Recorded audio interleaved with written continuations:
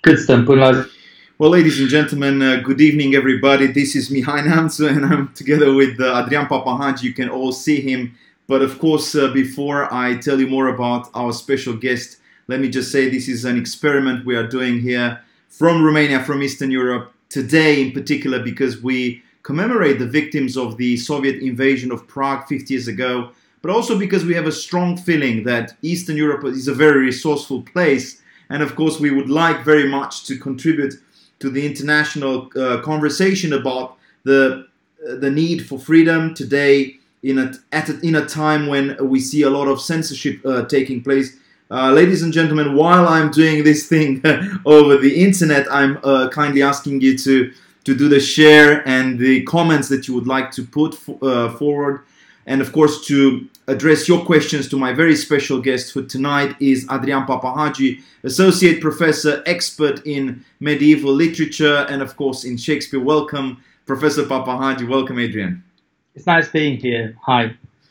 People will think this is a crazy game that we are playing because we are both Romanians, and at the same time we want to send a message across that Eastern Europe is a very, as I said, very resourceful place in terms of intellectual resources, spiritual wealth.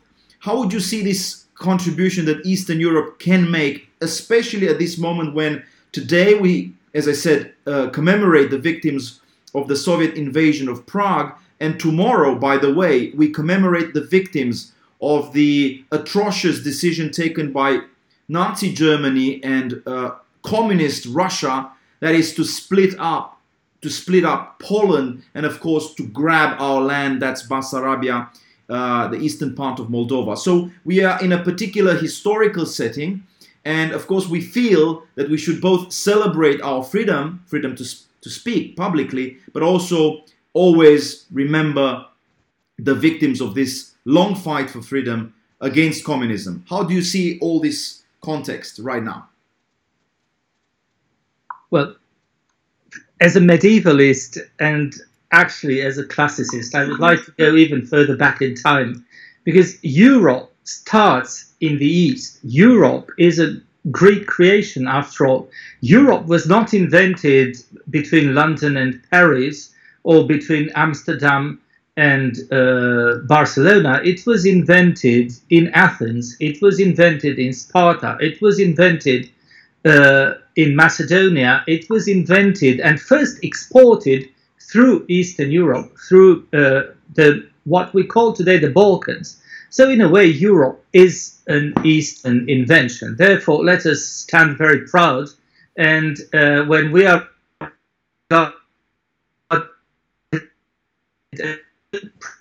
we're actually the old Europe, and ever more so. We are the old Europe that invented the European idea. And I'm afraid that our conservatism after the fall of communism will also help us be the ones who preserve the European idea, perhaps even better than the West can do it at the present time. You see, in the West, people are writing books about the end of civilization. You have Roger Scruton's book about England an Elegy. People are becoming elegiac all of a sudden about their own identity, civilization, future, whereas we seem to be more confident, more certain and less ashamed of our identity, of our civilization, more assertive in certain ways. And I think that Eastern Europe can indeed contribute a great deal to preserving Western civilization. Now, you mentioned the experience of communism. This is something else that we have and that Westerners do not have. We have been there. We have actually lived under communism. And the soul of man under communism did not feel very well. It was deeply soured, affected, empoisoned. So we have been there, while the West still thinks that Marxism, utopianism, communism even, can hold a promise of a better life for people. We've been there, and we can tell them that this is not the case. So in a way, this is our heritage. This is what we can bring to Western Europe. A bit more conservatism. This Eastern European humanism that has its roots in Plato and Aristotle, in Alexander the Great, but also in Byzantium and in Eastern Orthodoxy, which is very little known in the West, with all its rich spirituality, and also the very fresh memory of communism. I think this is a major contribution of Eastern cultures to the Western symphony of today. Absolutely, that's my feeling too, and I believe especially this sense of continuity that we cherish in the East when it comes to the Eastern Christian tradition, which was born in Jerusalem. By the way, our time frame is identical in Transylvania, Bucharest is identical with the time frame of people in Jerusalem. That's something we share with them. But of course, we share far more. We share this sense that life is to be lived also in a contemplative manner, not just in this very frantic, active sort of approach that sometimes the West seems to be very keen to promote. So I have a strong feeling that you are right, that our spiritual heritage is something to be discovered by the West. And of course, we want to contribute to this conversation, not just with our spiritual background, but also with our intellectual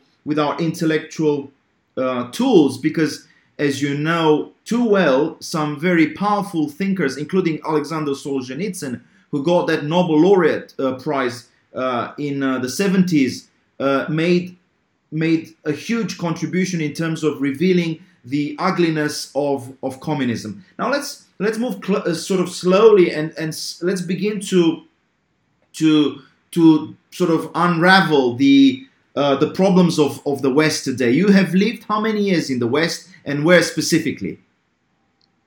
In plenty of places, but especially in Paris. I spent 8 years in Paris. 8 years in Paris? Yeah, doing my MA, my BA, my MA, my PhD, teaching at the Sorbonne, at the Catholic Institute in Paris.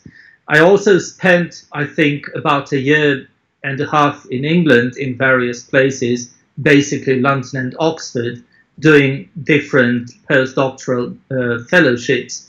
And then, of course, I spent plenty of time in Rome, my favorite place, Caput Mundi, as they said. And I think that altogether I may have spent another 1 or 2 years in Rome, of course, not in one piece, but in more installments. So I know Europe pretty well. And like most of us, I have traveled to most European countries. And you're about to go to Vienna. Sorry to interrupt.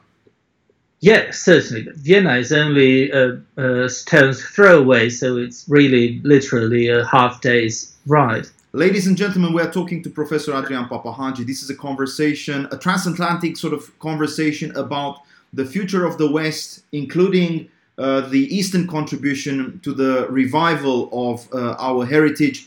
And we are very keen to answer your questions as well. So please feel free to put down your questions, and of course to give our that sort of share, as they call it, press the share button, and then we'll come back to you.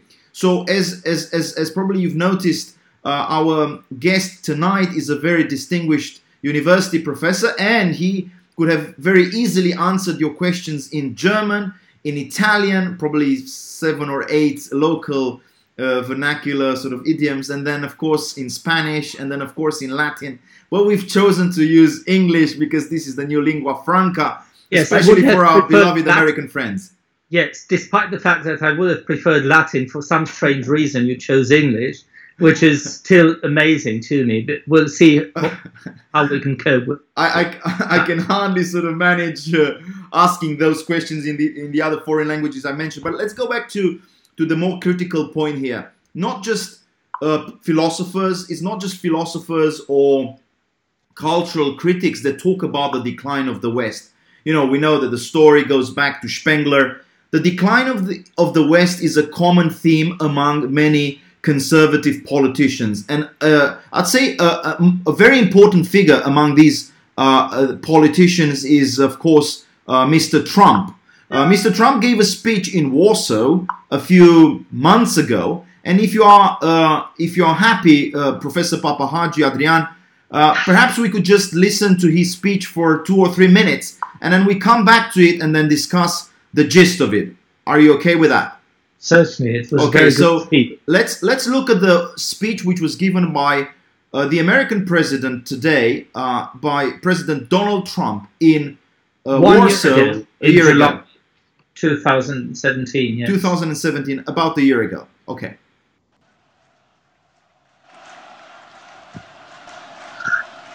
Thank you very much. That's so nice. The United States has many great diplomats, but there is truly no better ambassador for our country than our beautiful First Lady, Melania. Thank you, Melania. That was very nice. We've come to your nation to deliver a very important message. America loves Poland, and America loves the Polish people. Thank you. The Poles have not only greatly enriched this region, but Polish Americans have also greatly enriched the United States, and I was truly proud to have their support in the 2016 election. Still hear those voices that echo through history. Their message is as true today as ever. The people of Poland, the people of America, and the people of Europe still cry out, "We want God."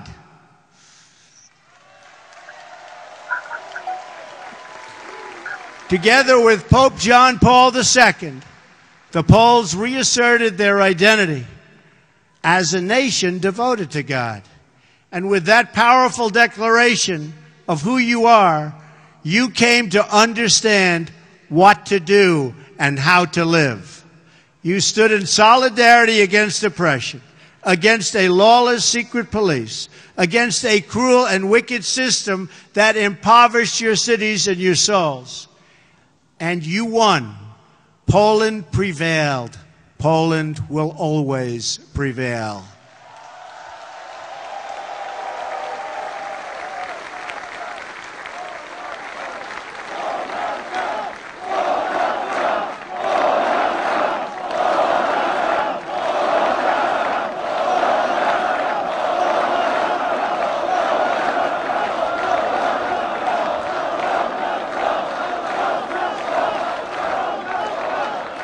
Thank you.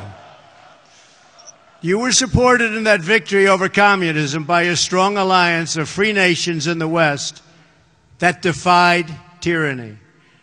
Now among the most committed members of the NATO alliance, Poland has resumed its place as a leading nation of a Europe that is strong, whole, and free. A strong Poland is a blessing to the nations of Europe, and they know that.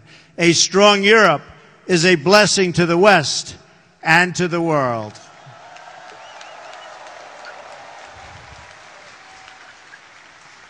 "100 years after the entry of American forces into World War I, the transatlantic bond between the United States and Europe is as strong as ever, and maybe in many ways even stronger. This continent no longer confronts the specter of communism. But today we're in the West, and we have to say there are dire threats to our security and to our way of life. You see what's happening out there. They are threats. We will confront them. We will win. But they are threats.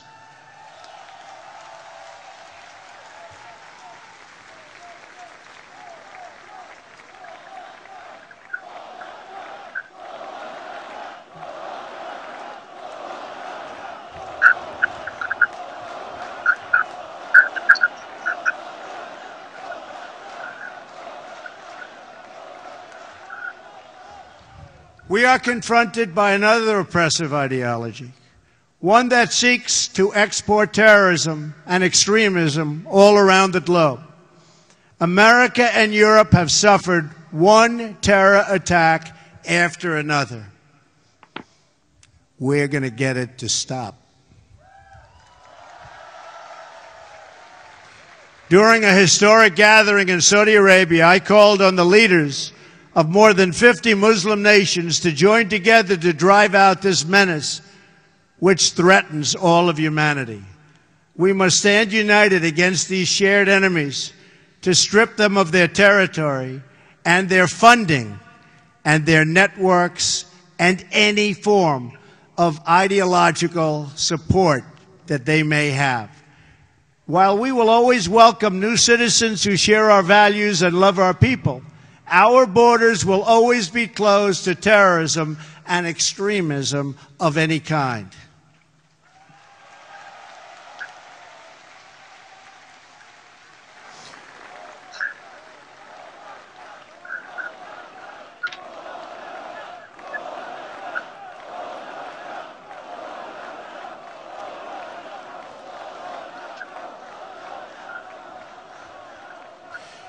We are fighting hard against radical Islamic terrorism, and we will prevail. We cannot accept those who reject our values and who use hatred to justify violence against the innocent. Today, the West is also confronted by the powers that seek to test our will, undermine our confidence, and challenge our interests. To meet new forms of aggression, including propaganda, financial crimes, and cyber warfare, we must adapt our alliance to compete effectively in new ways and on all new battlefields. We urge Russia to cease its destabilizing activities in Ukraine and elsewhere, and its support for hostile regimes, including Syria and Iran, and to instead join the community of responsible nations in our fight against common enemies and in defense of civilization itself. So, ladies and gentlemen, this was perhaps one of the best speeches given by an American president in the last 30 years or so. Your feedback, Professor PAPAHAGI. Adrian, te rog, please. Well, I have certainly noticed, like you, all the important buzzwords in the pieces that you excerpted from Donald Trump's speech in Warsaw. And he mentioned Pope John Paul II, and he said that together with John Paul II, who resisted communism and was a symbol even for nations who were not Catholics, like the Romanians and other Eastern European nations, together with John Paul II, Donald Trump said, the Poles reasserted their identity as a nation devoted to God, a nation devoted to God. This, of course, rings a bell if one thinks of the American formula, one nation under God. Right? God is what has been forgotten in Europe. And I would like to invoke another important statement, almost manifesto, the famous Paris statement signed by important intellectuals like Roger Scruton or Remy Brague. And they say something very important, that Europeans have chosen to forget who they are and what their heritage is. They use the phrase, we are orphans by choice. We are not orphans because we have lost our parents, we have lost our past, but because we have chosen to deliberately, actively, even aggressively forget about it and ignore it. We are ignorant of the true sources of the humane decencies that hold us together, these thinkers wrote. And Donald Trump said very much the same thing half a year earlier in Warsaw. Then he mentioned communism. Now, very often Westerners are shy when it comes to mentioning communism on the par with Nazi atrocities, because National Socialism is ultimately post-dates communism. Communism started in Russia, its atrocities, the Gulag, much earlier than Hitler. Hitler imitated, in a way, the Gulag. The two atrocities, the two crimes against humanity are equally dire, equally horrible. By exterminating whole groups of people on account of not crimes that they may have perpetrated, but on account of who they were. These are exterminations based, in the case of National Socialism, on race, and in the case of communism, on social class, on social origin. So both of them destructive of the human dignity and of the individual dignity of every person. of individual dignity, of course, because both of them are totalitarianism, but destructive also of whole masses of people, of peoples altogether. Don't forget the atrocities that I think we are losing you. Okay. Sometimes were exterminated. So communism should be mentioned as a horrible crime against humanity. And we Eastern Europeans, now speaking about what we can contribute to European culture, to the West, and to our understanding of history, we were shocked when we saw the president of the European Commission inaugurating a statue, a monument to the memory of Karl Marx, the founder of the ideology that destroyed Eastern Europe, held us back, paralyzed us for decades, and dragged us into poverty and totalitarianism. By the way, that statue was funded by the Popular Republic of China, and of course by the Communist Party in China, and of course the leader of the European Commission is Mr. Juncker, or Juncker, the Americans would put it this way, who of course doesn't care about our sensitivity when it comes to Karl Marx. We were forced to eat. He should, because he's closer to that than we are here, than Donald Trump is. And then also, I think that one can have no complacency with communism. One shouldn't pamper communist identity as if it were something generous or idealistic or anything of the kind. No, communism must be stamped from the very beginning as totalitarian, criminal, inhumane, and ultimately an atrocity that should never be encountered again in politics or in any other affairs. I also remember Trump for having a very tough stance on the death of Fidel Castro. Exactly. All the leaders of the West were competing to eulogize him. Obama was trying to find his qualities. Trudeau, the Canadian Prime Minister, was finding Fidel Castro perhaps a great Democrat, and the same happened throughout Europe. Well, Trump, who was just president-elect, he was not yet acting president of the United States, I remember had a very good position. He said the death of a brutal dictator, while Obama said history will judge. That nonsense, that Marxist nonsense which makes history with capital H an instance of judgment, as if God was replaced by history and in abstract terms. So that's a kind of deferral, that's a kind of decision not to judge when basically the crimes of communism in Cuba, as in Venezuela today, as in perhaps Laos in Asia or Vietnam. North Korea, another place where Trump is acting. North Korea, exactly. Perhaps ultimately to help those oppressed people get rid of a bloodthirsty dictator who is starving the population, who is sending his own uncles to the dogs, literally, or shooting his own uncles with a cannon. So that type of cruelty is what the leaders of the free world are trying to be complacent to. That's impossible to accept. It's unpalatable for us Eastern Europeans. And I'm very glad that Donald Trump, in Warsaw at least, understood the political momentum and also the place, the geographic place, and also the sensitivity of the people he was addressing. And really, his speech was very well received, I think, throughout Eastern Europe. Then he also was the best, yeah. He also spoke, and that's also very notable, he spoke about terrorism as an oppressive ideology, of Islam as an oppressive ideology. And this is what it should be treated as, not on the par with Christianity and Judaism, because I haven't seen any Jews bombing places or demolishing towers using planes or dashing into crowds with their cars. I have not seen that. And I have not seen this type of extremism, terrorism, aggression outside Islam. So Islam is certainly not just a religion, it is also an oppressive ideology. It's a political movement. It's a political religion, not a sort of spiritual religion in and by itself. Certainly. And it is totalitarian because it demands total adherence from the people.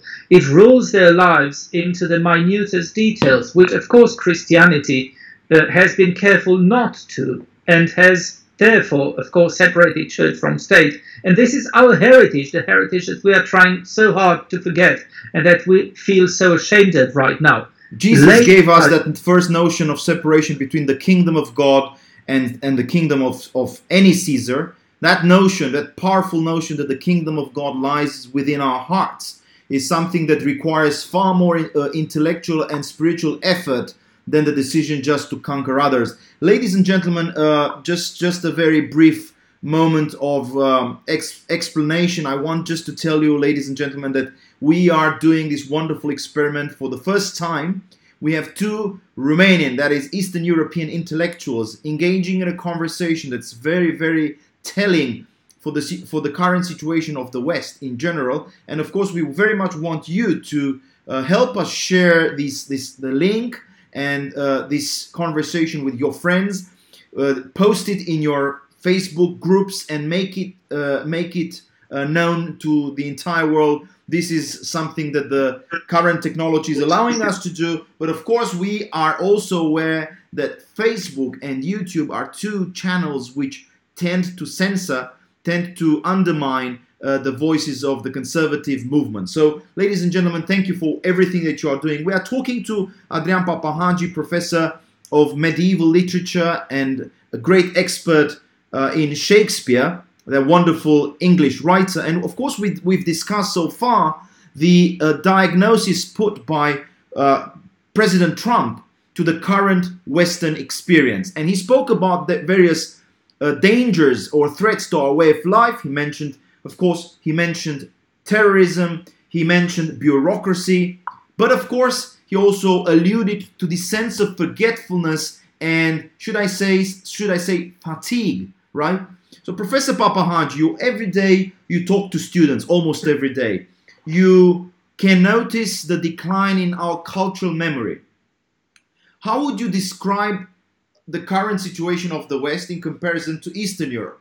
Are we better positioned to talk about the past? Do we have a better understanding of, say, the Islamic occupation of Eastern Europe, for instance, or the communist occupation of Eastern Europe than an ordinary American student? Is it possible that in a college today in the United States, someone knows less about these two phenomena, communism and Islam, than an ordinary Eastern European student?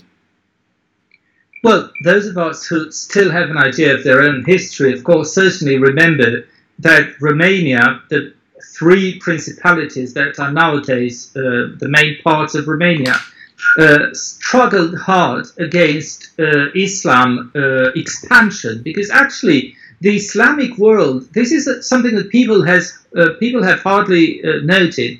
The Islamic world has been on constant expansion, and it did try to expand into Europe in the early Middle Ages until it was finally pushed back into Africa very late in the 15th century in Spain. And on the other side of Europe, in the east, it destroyed Byzantium, it destroyed the most ancient Christian churches in the east, and then it expanded and ended up besieging Vienna in the 17th century. So Islam has been on constant expansion, and at that time, of course, people wouldn't go out in the streets crying, refugees welcome. They were hardly refugees, they were well armed. Now today they get armed after they get there, but at that time they were armed from the very beginning on horseback and so on. So Eastern Europe has a vivid memory of fighting back Turkey. The Greeks got rid of Turkish oppression in the 19th century. The Romanian principalities were free from Turkish sovereignty in the late 19th century. So for us, that is recent history, although some people may have forgotten it. That's one point. And of course, communism, I would say, we still bear it in the flesh. It's still there. We can see the poverty that it has engendered. We can see the orphans that it has created and abandoned, and who are still among us today, we can see the scarred and destroyed landscapes that it has contributed to defacing and deforming. So in all respects, communism is still present memory. People carry it in their mentalities, alas. So I think that those of us who are aware of these two things in the past are in a way better prepared to cope with the challenges of tomorrow than people who have not experienced them. That's one thing. And then we also have something else, and you didn't mention it, but Trump was very clear in his Warsaw speech about the Russian threat as well. Oh, yeah. The Russian threat. Russia occupied Ukraine. Russia occupied a part of Moldavia. Russia occupied a part of Ukraine and the next Crimea. Russia occupies a part of Georgia, and so on. So Russia is acting like a rogue state. It hacks computers and it annexes territories. This behavior cannot be tolerated in the Symphony of Nations, and certainly not by members of this alliance of the free world, which is NATO.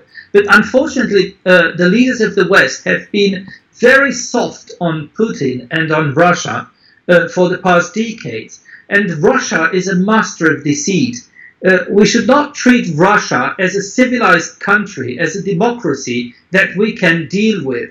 Russia is a rogue state. It's the best armed rogue state in the world. It is more dangerous to Eastern European countries, which also happen, unfortunately, to lie in its vicinity, in its neighborhood. Russia happens to be an actual life threat. And it is also a threat to the Western civilization. You see how they sponsor extremism in Europe, how through their propaganda, and Trump also mentioned propaganda in his Warsaw speech. It was not in the passages you selected, but it was certainly there, because I have the transcript in front of me. So there is this propaganda extremism throughout Europe, in the UK, in France, in Spain, for separatism, for secessionism, and so on. So Russia is a vital threat to the West. And I'm very sorry, because I'm a lover of Russian culture, like most Romanian. I'm a lover of Russian mysticism and orthodoxy. I'm a lover of the great Russian writers, culminated in Dostoevsky, but of course towering in the 20th century with Solzhenitsyn. I'm a fan of everything Russian in terms of spirit, even of Russian vodka, right? Yeah, we can get that. Yeah, easily, yeah. Even of Russian drinking culture. I have read Moscow Petushki, the famous novel by this fabulous drunkard. So we love Ilfen Petrov, we love Tchaikovsky, we love the music, we love truly the opera, we love even their church choir, everything. Yes, everything but politics, everything but the Russian patrimonialism, everything but this tendency to see the Tsar or the president as a savior, which is, I think, a theological error, because God initially did not want to give the Israelites a king, and he warned them that once they would have a king, they would be in trouble. Now, Adrian, we are in the middle of a conversation, and always I bring a reminder, because new people come, join our conversation, come into our conversation. We have lots of people writing, people from Jerusalem saying greetings, people from Pennsylvania, Dr. Sandulescu, for instance. We have lots of people telling us that they are glad to be part of the conversation. Dima, Andrea, Mihaela, Constantin, and so on and so forth. Thank you for sharing these ideas that Mr. PAPAHAGI, Professor PAPAHAGI, has put forward. Once again, we believe this is just the beginning of an intellectual and cultural revolution that takes place under our very own eyes, because for the first time in history, really, we as Eastern Europeans can contribute with our intellectual, spiritual heritage and wealth of knowledge and experience to the West, which seems to lose its self-confidence and lose its, as I said, cultural memory. And of course, when you talk to a university professor who knows pretty much everything about what happened in the last 3,000 years, You've got to ask all the right questions. Some people see my guest as being the C.S. Lewis of Romania, if not at least of Transylvania. So we'll stop there, not to embarrass you anymore. But somebody says, Hayden, I'm afraid that the internal problems in our country make it impossible for the citizens to see what's happening outside our borders. I suppose, Hayden, I've always asked them, our people, to comment and then to write where do they write, to tell us where do they write from,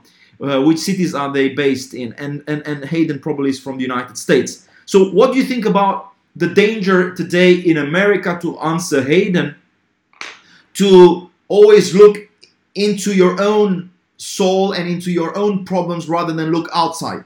To me, Ronald Reagan is a good example that you can do both. You can build America from within, okay? You can recreate a kind of energetic economy, put back the whole country on track, and then at the same time extend the hand, help the nations in need, especially the traditional allies. Your view, your take on that?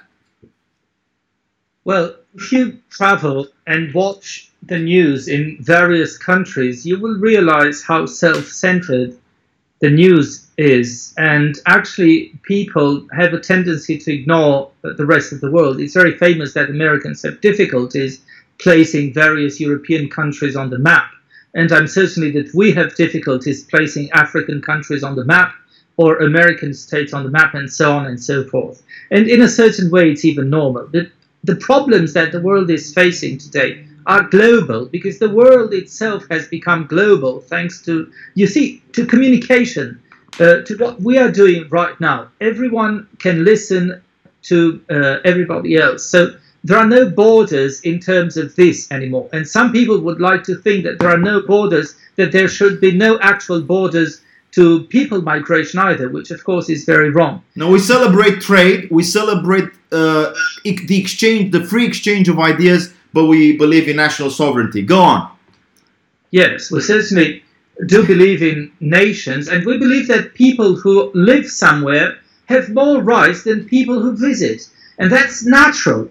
It's natural in a city, it's natural in a club, it's natural in your own home, it's natural in a country. Why shouldn't it be natural in a country? This is not something racist or extremist or xenophobic. It's something natural that citizens should have more rights than non-citizens, which Absolutely. doesn't mean that the others do not have equal human dignity. But they have equal human dignity. The fact that they have equal human dignity does not entitle them to the rights that citizens have earned through their birth and through the work of their forefathers.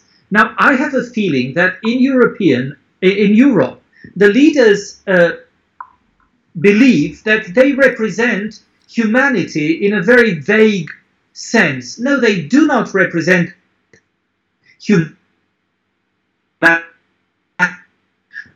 species on. They represent only the citizens who elected them. And this is a basic truth of politics. You do not represent everybody. As Merkel, you do not represent all the countries in the world. You must serve the people who elected you, not the people of Africa or of Syria or of other countries. And if the people who elected you and whom you are called to represent are not consulted on vital choices, then of course you are misrepresenting them, you are betraying them. And this is something that European leaders need to finally understand. And I think that there is an awareness growing in Europe that that the rest of the world cannot simply move to Europe or to the United States for the sheer reason that these countries, through 2,000 years of civilization,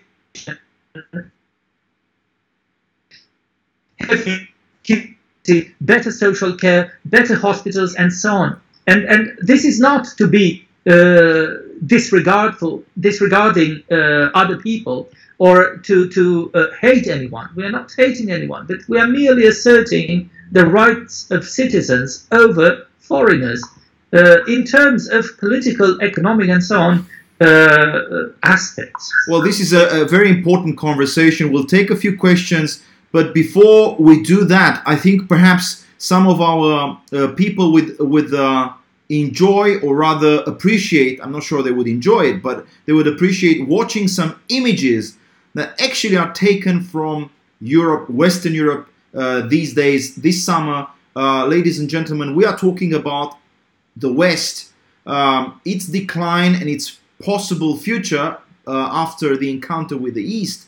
Let's watch what's happening as we speak in the southern Mediterranean countries of Western Europe. Perhaps we can comment, Professor PAPAHAGI, dear Adrian, we can comment because I can put the sound down, and as you watch, perhaps please feel free to comment. Let's.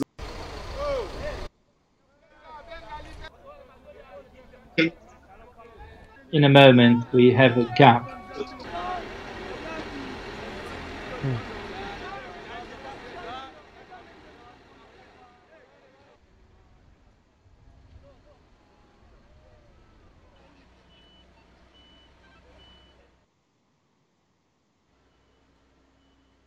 Yeah.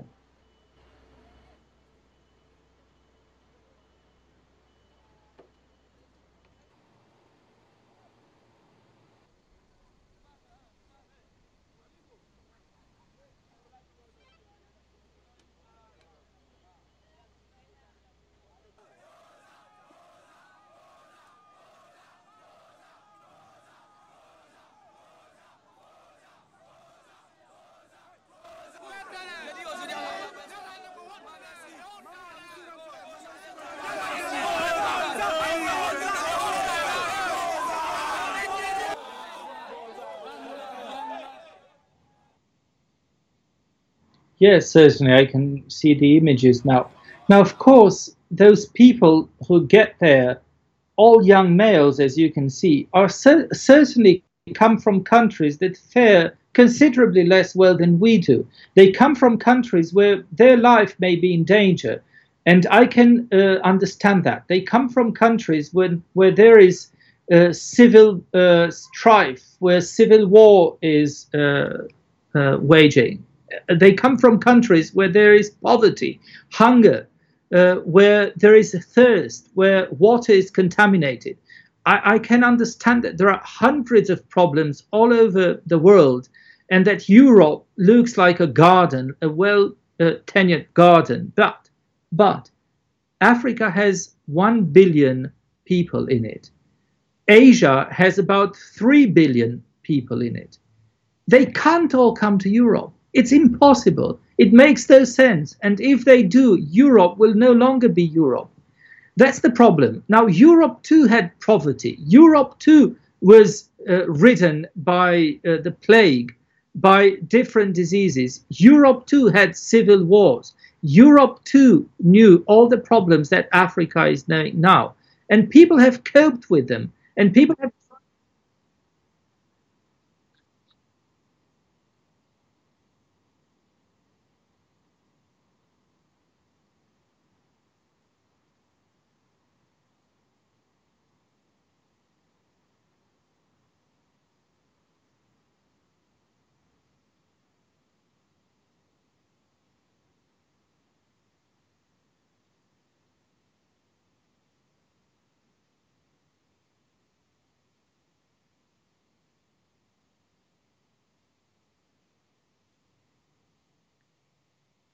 The Italians are very nice people, and they are very generous, very welcoming. I have always felt at home in Italy. There are over 1 million Romanians working there.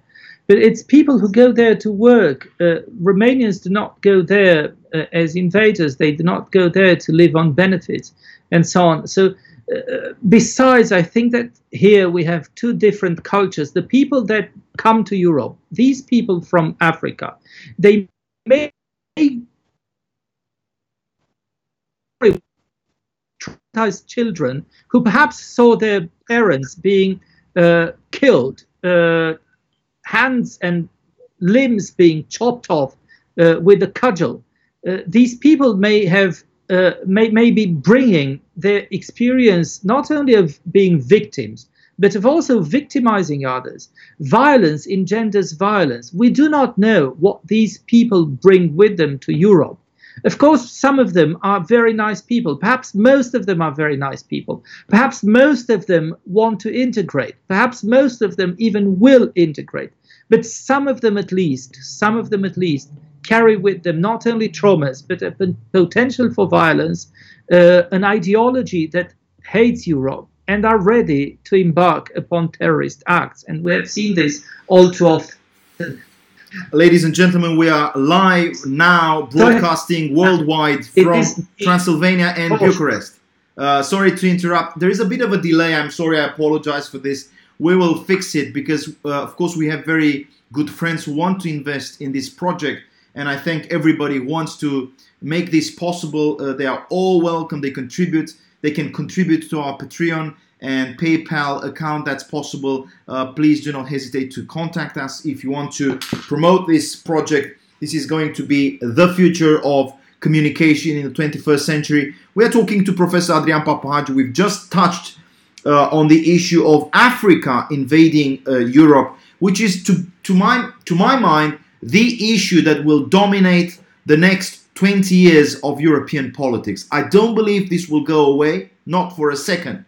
I don't believe any decision by Brussels or Berlin so far has made the whole thing any easier, to be honest with you, because encouraging Africa to send more people and more people is not something that will be taken easily in Eastern Europe. Today we have just watched 40 people coming from Syria on their way to Germany in Romania. Of course, such events could unfortunately at times lead to very unfortunate situations like the one we've seen today in just today actually in the United States, with an alien immigrant killing a local Californian or a girl from Iowa. I can't remember very well. So sometimes violence can be the outcome, the unintended outcome of such social experiments. So as we are talking about East and West, I was thinking of bringing up a quote, because you're a university professor,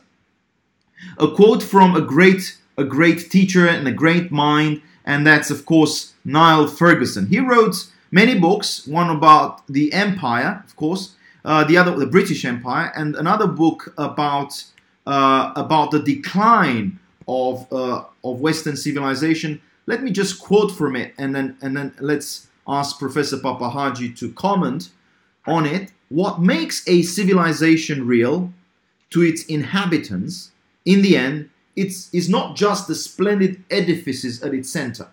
At its core, civilization is the texts that are taught in its schools, learned by its students, and recollected in times of tribulation. Professor PAPAHAGI, what are the texts that should be at the core of our Western civilization, and what are the texts we should recollect in such times of tribulation?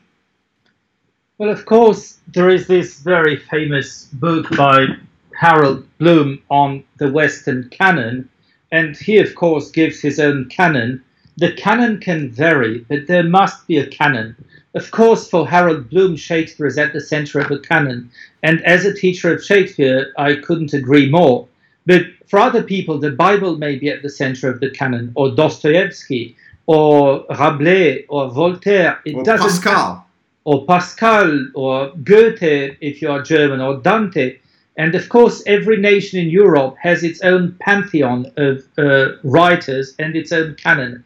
But it doesn't matter. The greatest minds, the great books, as they are called, should be at the center of what we used to call humane, literary education, the education in humanity, in human decency, in human character, and so on. Now, unfortunately, these things have been pushed to the margins by the advance of the so-called cultural studies, which are neither cultural nor studies to my mind. There is very little cultural in them, because very often they tend to be anti-cultural. They propose an anti-culture that wants to destroy the canon on ideological fields, namely, a writer should be preferred to Shakespeare merely because she is something or something else, black, African, minority, gay, or anything else. So this type of identity, not only identity politics, but identity scholarship, is destroying from within the core, the hard core of the canon, and is pushing canonical authors to the margins while filling the center with minor authors. And minor means minor stylistically and minor intellectually. I don't care if someone is green, black, yellow, African, great poet, and someone from today's Iran may be a very bad poet. It doesn't matter where you come from. What matters is if you are good and relevant worldwide and intellectually.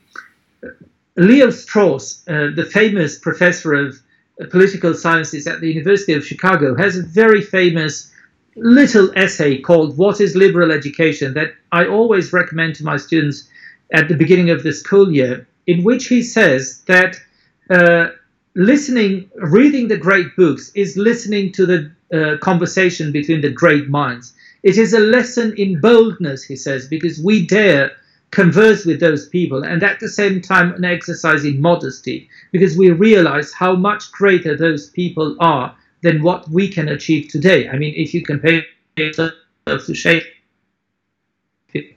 you should quite right he did something of the kind. So not only that, today he said that subculture, that anything is called culture, that littering, for example, your garden with empty tin cans, with empty Coke bottles, right, is a form of culture. The culture of juvenile gangs, graffitis on the wall are a form of culture. Everything is culture nowadays. Cutting a cow into two and exhibiting it in a museum, or just simply urinating is also an act of culture. Urinating in the center of an exhibition hall is an act of culture. Now, if everything is culture, of course, nothing. Culture, should we say? Go on. Yeah, but this is, of course, subculture, and this is what he said is what can be appropriated by the meanest capacities at the lowest monetary value. It's what you can get without any effort. Or great culture demands effort. And discipline. Effort, not only discipline, but conscious effort towards human greatness, towards human excellence, towards character, towards gentlemanship, something that today is perhaps even hated as being classy, or, I don't know, patriarchal or bourgeois, or whatever the Marxist term for it is. But human excellence has always looked the same way. You can see it in the same shape from Plato and Aristotle all the way down to Solzhenitsyn and Thomas Mann, if you wish. But let me just add something here, because etymologically, and you're a linguist, excellence comes from ex cello, right? From heaven. So literally, you cannot achieve excellence unless you contemplate the heavens, unless you begin to understand there is a form of transcendence, whether that's seen in Platonic terms, whether that's seen in Christian terms. There is something above us, greater than us, that we all long to belong to. And unless you recognize that sense of belonging as being natural to our human nature, then you will collapse into the trivia of life. You will collapse into the very minor conversations that you've just mentioned, that today seem to characterize the Western academia. Now, I believe we as Eastern Europeans, we have to be even bolder than that. And honestly, I want to ask you something about the Christian heritage, because if I were to be asked, what's the canon of for any kind of rebirth of Western civilization, what's the canon that we have to take seriously?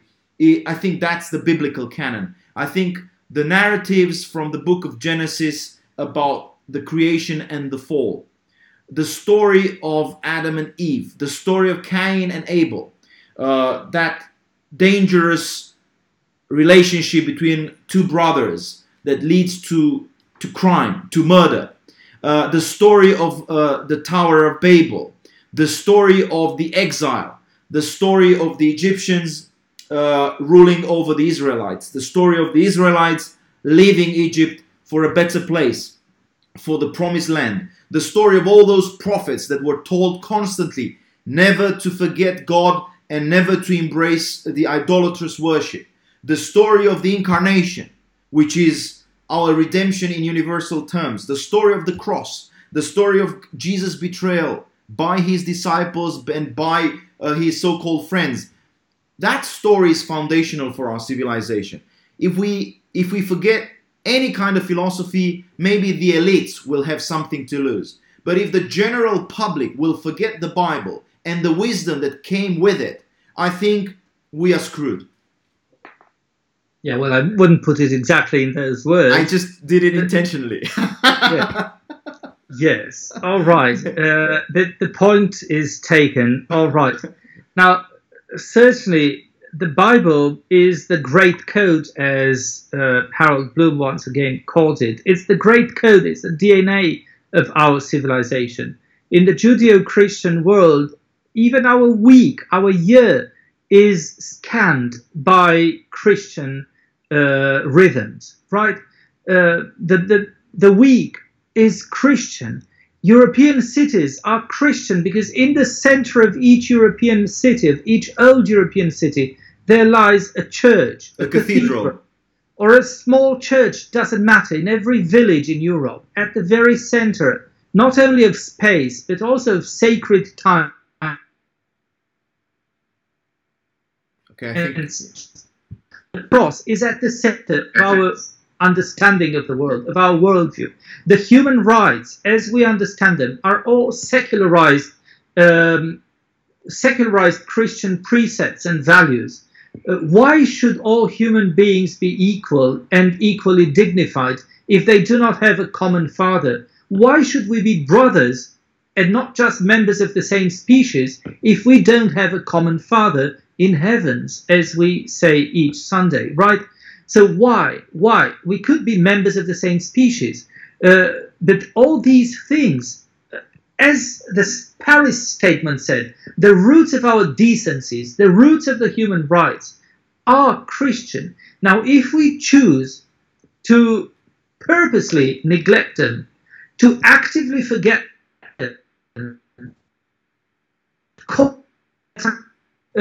destroying our own immunity. It's like suppressing our immunity and catching AIDS and being proud of it. That's the immune system, yeah. So then, of course, we are, as you so nicely put, screwed.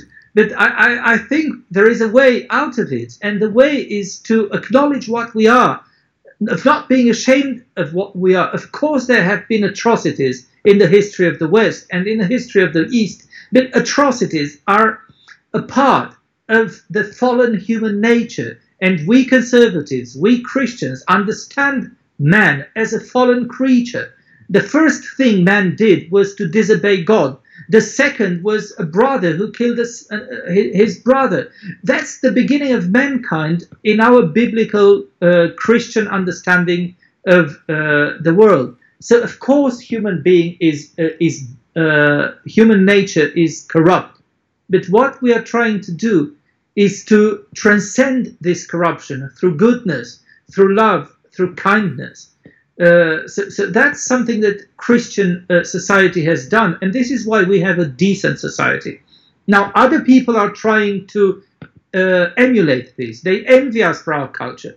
Well, they're welcome to imitate it. They are welcome to embrace Christianity. They are welcome to build a decent society in their own homelands, in their own beautiful countries. And we have to say, there were times when in Baghdad you could find a wonderful civilization. There were times when in Northern Africa you could find a pretty decent civilization. Nobody says these virtues are uniquely belonging to us, but what we are saying that the level of excellence that has been achieved in such places which were dominated by Christian culture, the level of selfless love has been unparalleled so far. I mean, for instance, if you think of the great saints, if you think of Teresa, what's her name? Teresa of Calcutta, right? She left Europe, she went to India, she tried to help people suffering from leprosy, and then, of course, she was canonized because she saved so many lives. This is something astonishing. If you think of Schweitzer, the great doctor, medical doctor, who was also passionate about Bach. He left Switzerland, he went to Africa, he helped a great deal of communities in order to get rid of diseases and so on. So the story of goodness, not just of evil. We recognize the evil. We don't have naive perceptions about human nature. We are not like Rousseau. But on the other hand, we know that when the grace of God can touch the human heart, the incredible, the unbelievable can happen. Now, if you would allow me, I would go back to another diagnosis which was put forward by an atheist, and this is for our skeptical viewers, right? By an atheist historian, I mentioned his name, Niall Ferguson. He talks in a short clip about the decline of the West. Let's watch it and then let's comment it right afterwards.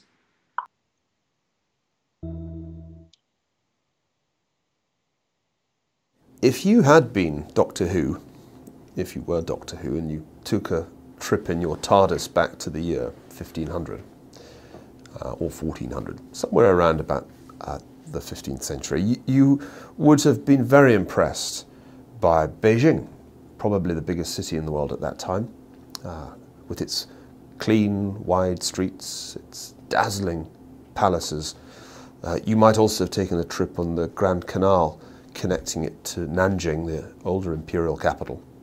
You would have been very impressed by what you might have seen of the Mughal Empire in India.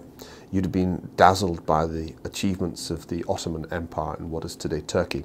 These great Oriental empires would have really knocked your socks off. And if you'd had time to take in Peru, you'd have thought the Incas had something quite impressive going on, and the Aztecs in Mexico too.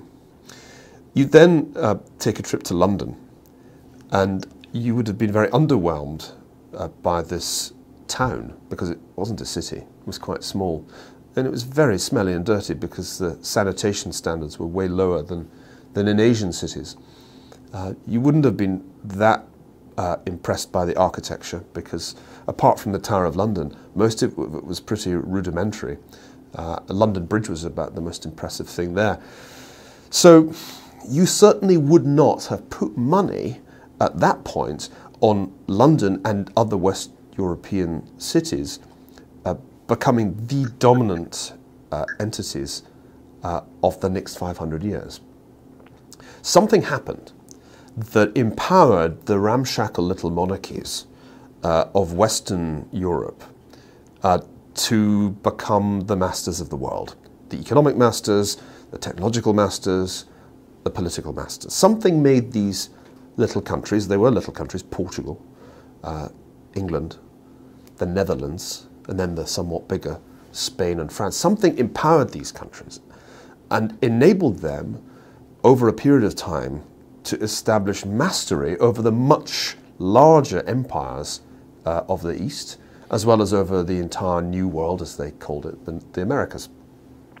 And so I've been asking myself a lot for the last few years what that was. And the course that I've been teaching recently at Harvard had the title Western Ascendancy, Mainsprings of Global Power, which is a somewhat bombastic title, but gets to the heart of the matter. What was it that made the West dominate the rest? Why were the Westerners superior to the Resterners, if you will forgive that phrase?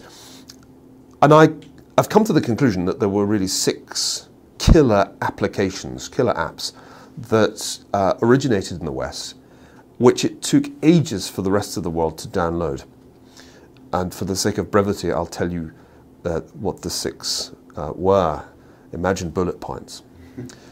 So number 1 was competition, both political and economic.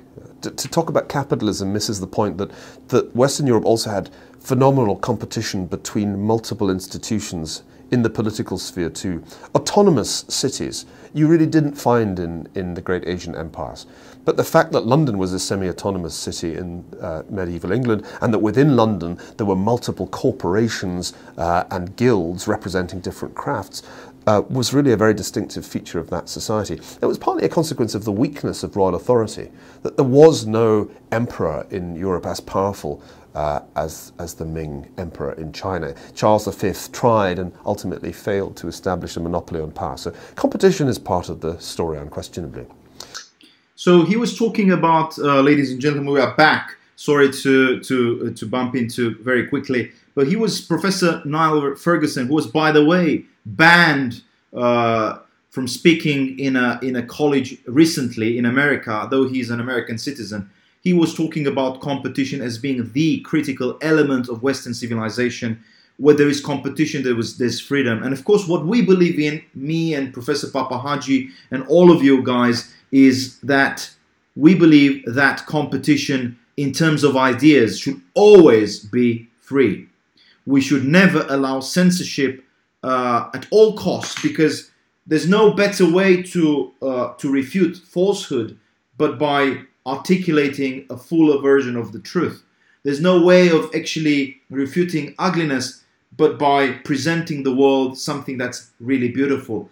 And if there is somebody who will shut down competition of ideas, the free exchange of ideas, that corporation, that individual, that state is not going to be Western anymore. Professor PAPAHAGI, you've been banned several times on Facebook. Did you ever feel that you were basically excluded from the conversation, from the larger conversation? Well, inevitably, they shut down your account when they ban you from publishing for a month. Of course, you feel like a perpetrator. You feel like someone who has been excluded from civilization for some dire crime that I was not aware of. My only crime was to speak as I do today, to articulate, as William F. Buckley Jr. put it, modern defenses of very ancient truth. I'm not saying something outrageous. What I'm saying today would have been normal in Victorian times, would have been normal in Shakespeare's times, and they built the civilization that we admire nowadays. Because if we go to London nowadays, we will go and visit the Houses of Parliament, Westminster Abbey, the Tower of London, St. James Park. St. James's Park, or whatever we do visit. These are works of a civilization which was neither corrupt, nor hateful, nor primitive, nor in any way more retarded than ours. This sense that we are better just because we happen to live later is a very modern heresy. And a very childish approach to life. Therefore, I should not see any reason why someone who defends his own truth, be they false, be they excessive, be they stupid, be they silly, should be banned from having the conversation to begin with. And of course, this idea that some news is fake and so on is just a way of allowing state censorship of the media, but not only of the media, also of the social media. The social media do not have the right to censor us without telling us precisely why. This is a very undemocratic way of silencing people whose voices you do not agree with, because there is no possibility of appeal. If you are banned from Facebook, they just tell you that's something you wrote, and you read posting again, and you can't see why what you said is outrageous or in any way hurts people. And if it is, so what? And then they shut you down, and you have no way of appealing, and you can bring no lawyers, and there is no, there are no ways of recourse and so on. So you see, no appeal. This is going nowhere, and I'm very worried about this. I'm very worried about having a new type of soft, for the time being, totalitarianism, with speech control, with a new speak that is becoming dominant, with an Orwellian way that is actually stifling old democracy. If you allow me, before we begin to take the questions and read some of the comments, because we've touched upon a critical element that defines Western civilization, that's competition and the free exchange of ideas, not just goods and peoples, but ideas, mainly ideas. Let me just quote from a conversation between Ted Cruz, the senator from the United States, and Mark Zuckerberg, the founder of Facebook. Let's just listen for a few minutes. Thank you, Mr. Chairman. Mr. Zuckerberg, welcome. Thank you for being here. Mr. Zuckerberg, does Facebook consider itself a neutral public forum? Senator, we consider ourselves to be a platform for all ideas. Let me ask the question again. Does Facebook consider itself to be a neutral public forum? And representatives of your company have given conflicting answers on this. Are you a First Amendment speaker expressing your views, or are you a neutral public forum allowing everyone to speak? Senator, here's how we think about this. I don't believe that there is certain content that clearly we do not allow, right? Hate speech, terrorist content, nudity, anything that makes people feel unsafe in the community. From that perspective, that's why we generally try to refer to what we do as a platform for all ideas. Let me try, just because the time is constrained. It's just a simple question. The predicate for Section 230 immunity under the CDA is that you are a neutral public forum. Do you consider yourself a neutral public forum, or are you engaged in political speech, which is your right under the First Amendment? Well, Senator, our goal is certainly not to engage in political speech. I'm not that familiar with the specific legal language of the law that you speak to, so I would need to follow up with you on that. I'm just trying to lay out how broadly I think about this. Well, Mr. Zuckerberg, I will say there are a great many Americans who I think are deeply concerned that Facebook and other tech companies are engaged in a pervasive pattern of bias and political censorship. There have been numerous instances with Facebook. In May of 2016, Gizmodo reported that Facebook had purposely and routinely suppressed conservative stories from trending news, including stories about CPAC, including stories about Mitt Romney, including stories about the Lois Lerner IRS scandal, including stories about Glenn Beck.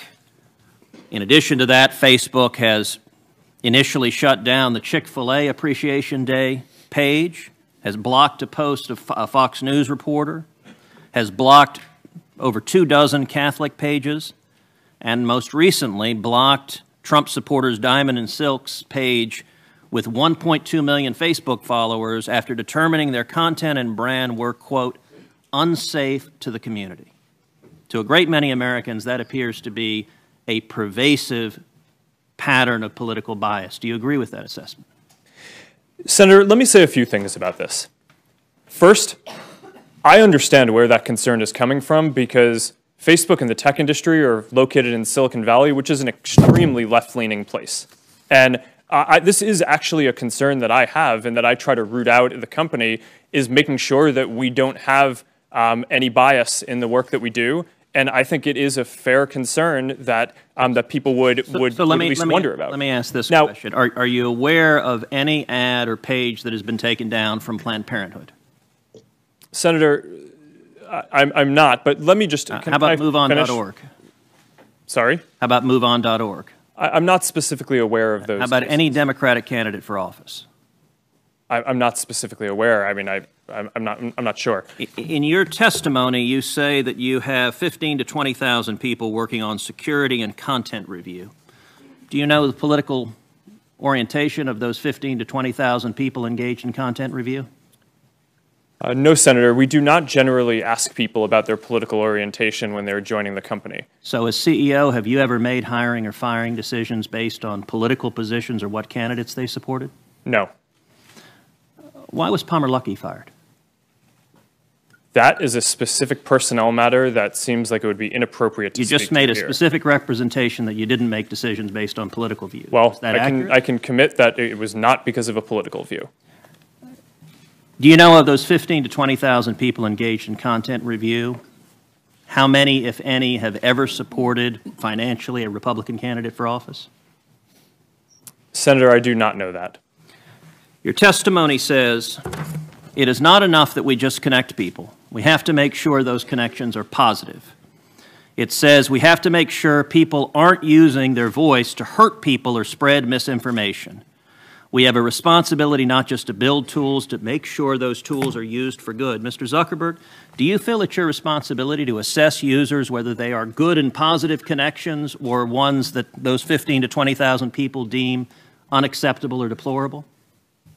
Senator, you're asking about me personally? Facebook. Senator, I think that there are a number of things that we would all agree are clearly bad. Foreign interference in our elections, terrorism, self-harm. I'm Those talking are about things, censorship.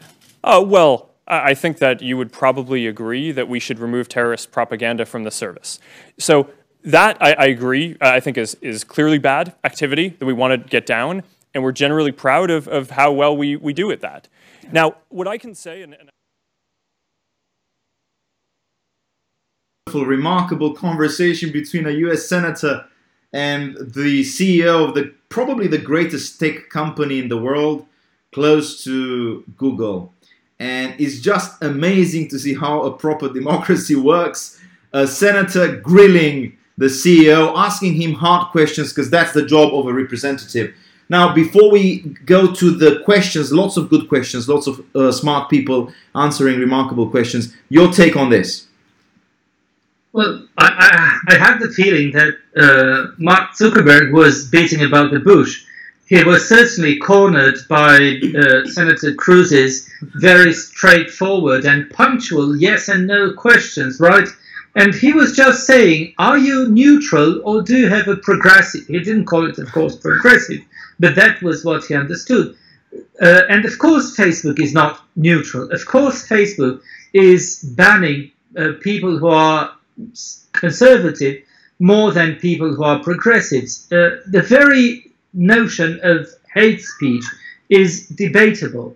And of course, the road to hell is paved with good intentions. It may be a very laudable intention to ban people who insult others, people who harm others. But for this, of course, there are trials in court and other things like that.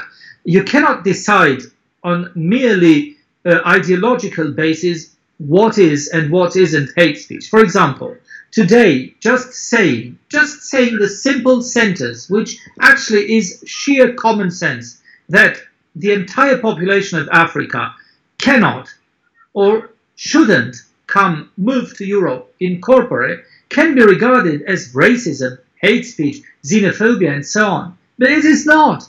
It is acknowledging reality for what it is. It is impossible for 1 billion people to move to a continent which accommodates 400 million people. It's impossible. If they move, there will be no improvement in their lives, and so on and so forth. You see, this is some type of common sense that today has started to be perceived as extreme or even offensive. And what yesterday used to be extreme, marginal, and offensive, today has become central, mainstream, accepted. Roger Kimball spoke about tenured radicals and how radical Marxists, Trotskyists, revolutionaries, nihilists, anarchists, ended up becoming mainstream, and people who were actually just voicing what used to be, what had been the European consensus, the Western consensus, were pushed to the margins, labeled with infamous labels as xenophobic, phobic of every kind, haters, and so on. And today, only one voice is being heard. And this also asks us, Mihail, if I may, one of the questions that has been asked by one of my former students, I see, Lucian Alexandrescu. So I'm going to answer him directly. Lucian said that he wants to know what causes so-called progressive thinking and political correctness to be the prevalent ideology. Was it a fault of mainstream conservative thinking, or was it an inevitable tendency of Western society? And as you can see, our students write very good English as well. Congratulations, Professor. Apart from being very smart. Right. The question is, Lucian, I'm going to say the following thing. Read Roger Kimball. Why they became dominant is because they stifled, they tuned down, they pushed to the margins the alternative. It's their Marxist, Trotskyist violence, I should think, their radicalism, their readiness to intimidate their opponents, to hush them down as they do to Peterson or to Ferguson. It is their tendency to occupy the ground and then to burn it down. It is this radicalism, this extremism, this violence that conservatives do not have, that has allowed them to literally terrorize the intellectual community in the West, to terrorize the mass media, to terrorize departments, and to impose their agenda. That's what happened, because we have been very nice and polite and apologetic and always saying that we are sorry for everything someone else did in the past, and that perhaps doesn't even concern us, that we are sorry for being what we are, that we are sorry for being where we are, that we are sorry for reading what we do, that we are sorry for having those tastes and not the others, that we are sorry for being what we are. And this apologetic, defensive stance has led to the demise of conservatism in Western departments in the academia, and to the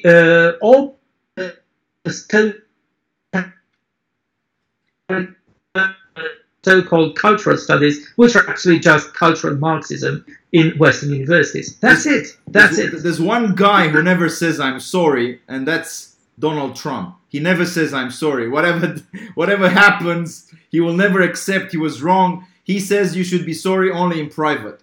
But this is a great comment. Violence, by the way, talking to your student, violence has been celebrated by Karl Marx in the line of Hegel, because if you believe dialectics is what pushes history forward, then you have to have a sort of radical antithesis. You have to have a class warfare. You have to celebrate somehow war as the mother and the father of all civilizations. And that's what Marx did in 1848 when he wrote his first Communist Manifesto. He celebrated violence, and what happened, we saw perhaps the best diagnosis on Marxism, on socialism, came from Dostoevsky in the late 19th century. But for that, we have to have a different discussion. Adrian PAPAHAGI, we are getting close to the end of our conversation, but let me just say Nicolae Dobrescu basically posted an entire philosophical and theological essay about Bible and violence. How is Islamic monotheism different from Christian monotheism, especially when it comes to the justification of violence? In two minutes, what's the big difference between Jesus and Muhammad? The big difference, as I see, between Christians, most Christians, and Muslims, at least some Muslims, is that Christians, if they really believe in Christ, are ready to die for their faith, while the others are sometimes, too often I'm afraid, ready to kill for their faith. And that's the difference between Christianity and Islam today. I have not seen any Christian ready to kill, to slaughter other people for to impose his faith, whereas unfortunately the cities of the West have all too often been affected by this by terrorism. But I would like to also answer to another of our listeners, Valeriu Iliescu. That's a good question, yeah. Asking, is there anything that we as European Christians, with a collective intellectual, spiritual, cultural DNA built on the Greek and Latin heritage, could learn from the contemporary Eastern civilization? Are they only a threat, or could they enrich us? Yes, they could certainly also enrich us. And there are a lot of things that they have preserved better than we have. And begin with cuisine. Cuisine, I think it's a great enrichment, I must say. Certainly cuisine, but we here in Romania have a lot of Eastern cuisine. So yes, certainly cuisine. But not only that, demographics.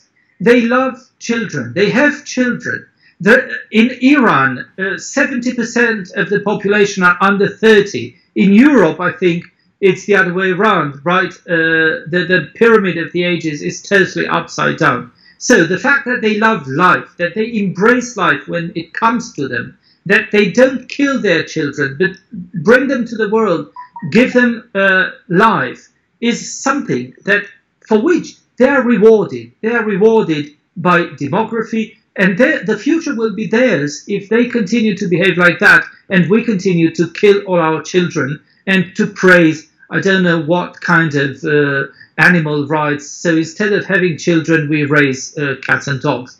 That's very nice, having cats and dogs, but it's much better to have 1, 2, 3, 4, 5 children. If you go to Monaco these days, if you go to the southern coast of France, you'll be shocked to see, especially the nouveau bourgeoisie, the nouveau bourgeoisie perhaps, but also the nouveau riche, always with cats and dogs in their hands and not with so many kids. But there's more, Mihail, that I would like to answer to Mr. Iliescu.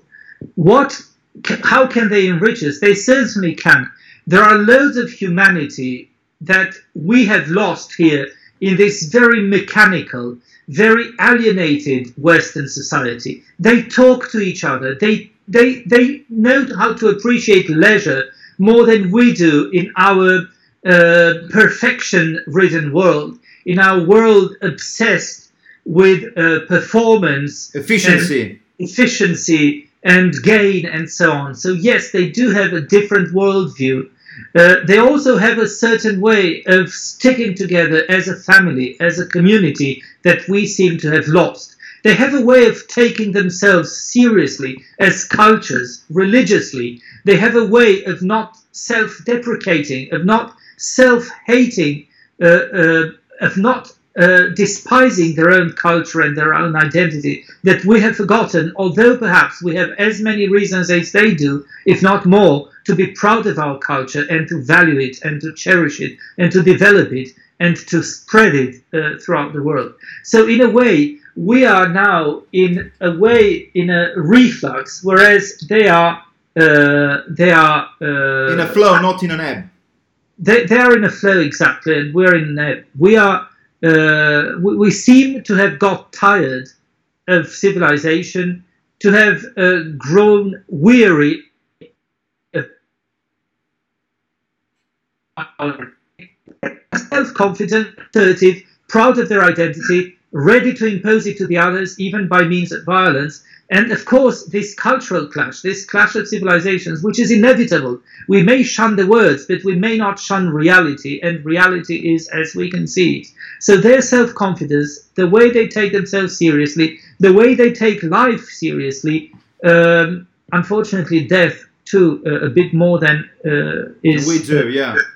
Yeah, so there are plenty of things to learn, but it's not from Islam itself. It's from a traditional type of society which has survived better in Islam, with all its drawbacks. And also, should I also say, apart from hospitality, which sometimes can be a great culture, especially if you go to moderate places such as Amman or Jordan, parts of Egypt, hospitality is always great. But apart from that, should I say a sense of hierarchy, Adrian? We've lost that notion that there is a hierarchy of merit and competence, and perhaps the East can tell us how to regain that. Now, the last two questions, first coming from a very diligent center-left viewer, Christian Chiovari. He's very polite always, I value that. He says, investing in the development of Africa might be a solution for the current migrant crisis or migratory crisis.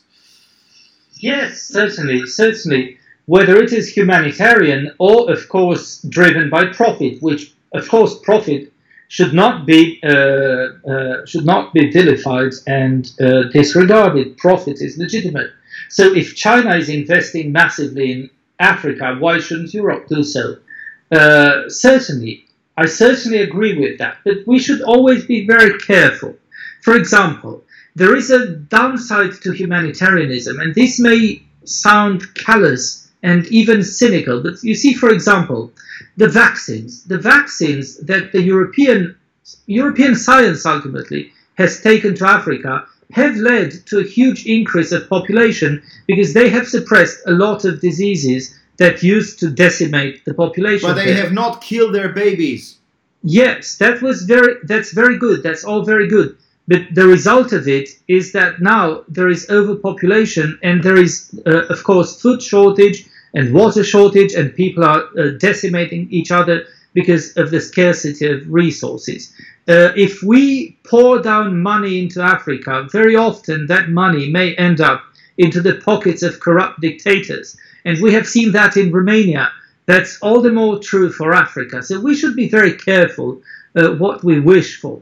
And I don't want this to sound as if we shouldn't, we as Europeans, we shouldn't support Africa. And I have the best of experiences with African people. I have been to Morocco, to Tunisia, very nice people. All the black people I have encountered in Paris, in Italy, were very nice, hardworking people, very civilized, wanting to integrate. So it's not that we have something against people. It's we would like the people of Africa to thrive, as we like the people of Europe to thrive and the people of the West. But if we destroy Western civilization, we will not be able to help others either.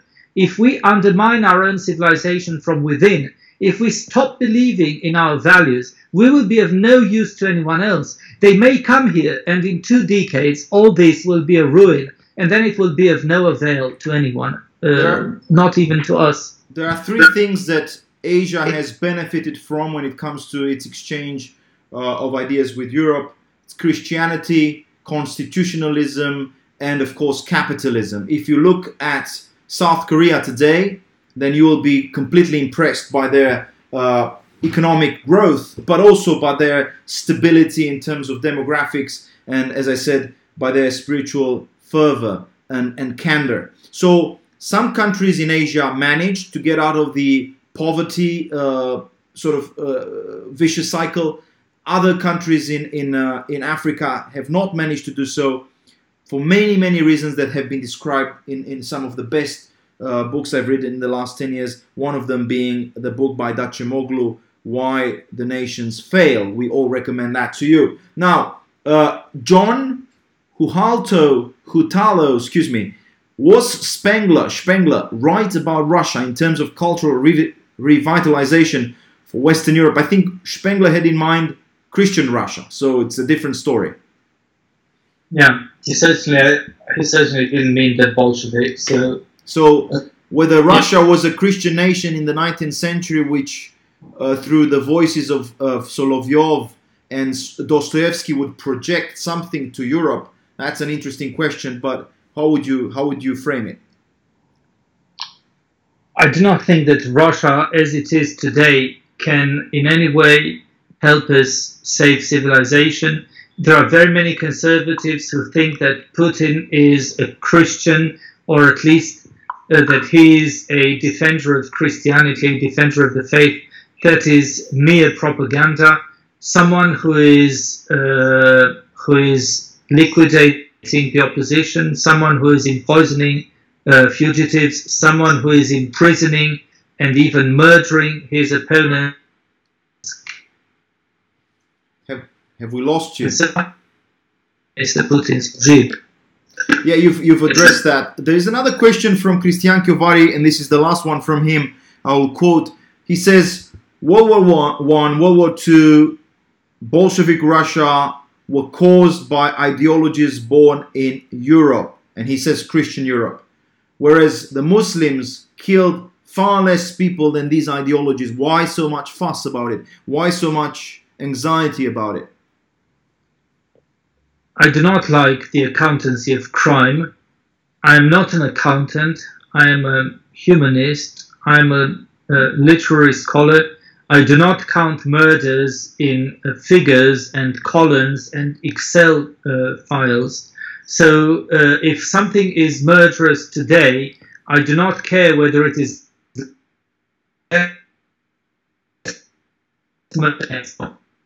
think. And we have to identify threats to democracy, to civilization, and ultimately, or above all, I should say, to the lives of innocent civilians.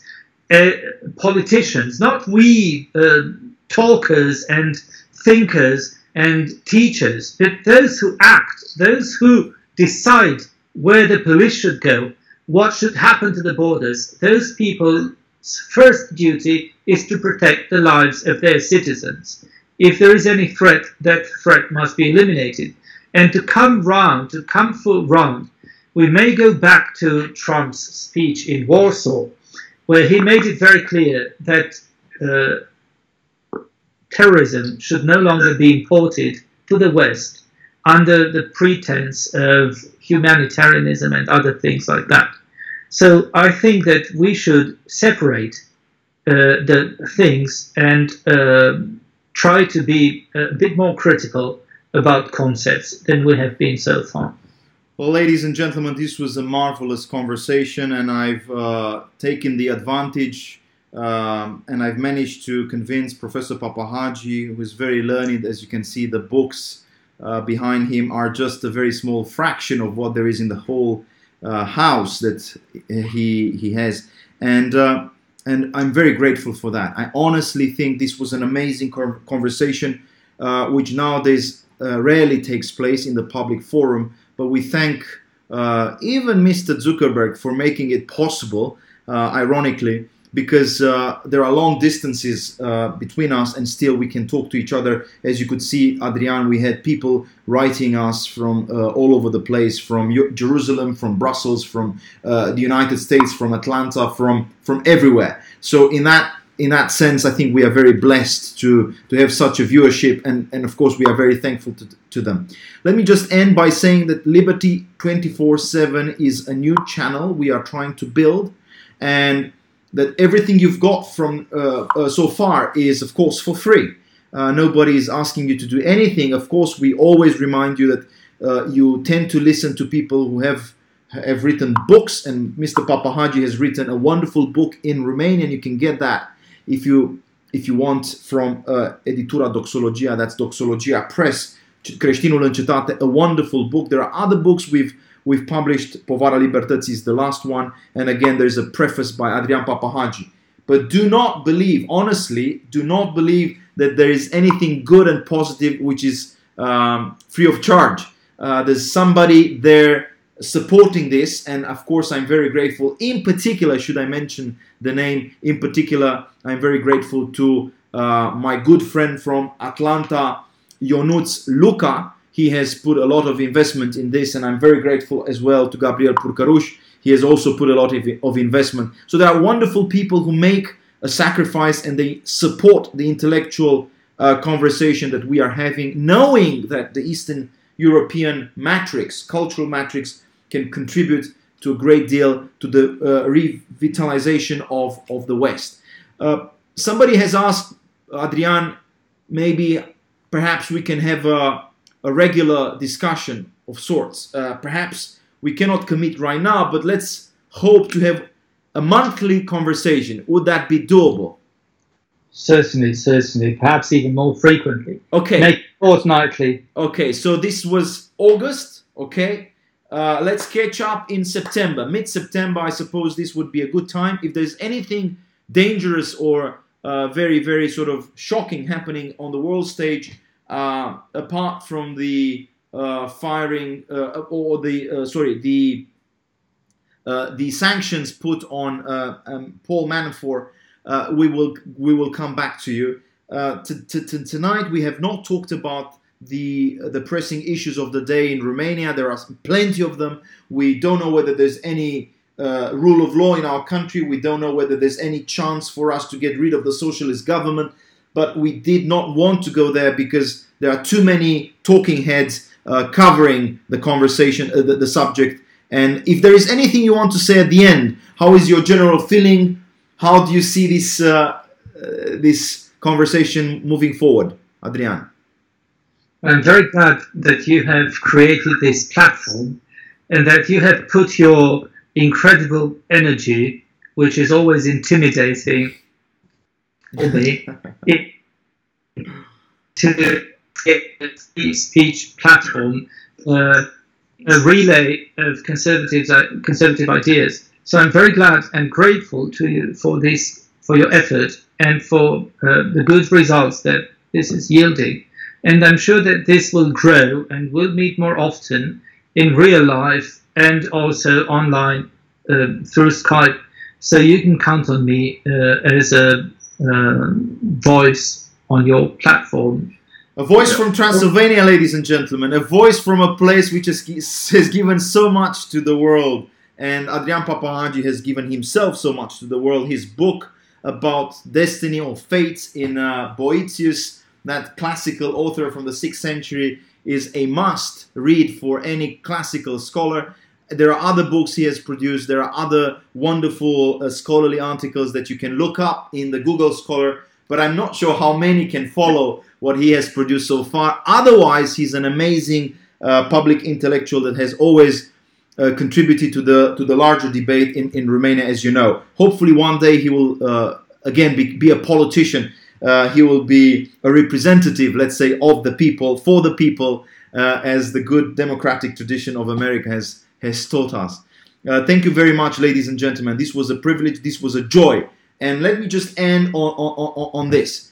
This is the beginning of a conversation which was in between Cluj and Bucharest. I did it on purpose. But for the future, and if there is any recommendation, we are gladly taking it. For the future, we want to have such a duplex conversation between Cluj and Warsaw, between Bucharest and Budapest. And we will create a hub, ladies and gentlemen, a hub where the intelligence, the prudence, the wisdom of the East will make the Westerners realize there's something extremely precious, extremely valuable that is still around this place called Romania, Poland, the Baltic states, and so on and so forth. Hungary, Bulgaria, why not all the Eastern European countries that you visited, Croatia, Serbia, all these wonderful countries have a lot to offer in intellectual terms and in spiritual terms. But what we need to do is just to share the news, to spread the news. Nobody will do it on your behalf. Nobody will do it for you. So it's up to you, ladies and gentlemen, whether we tonight begin to build this movement. This is a movement.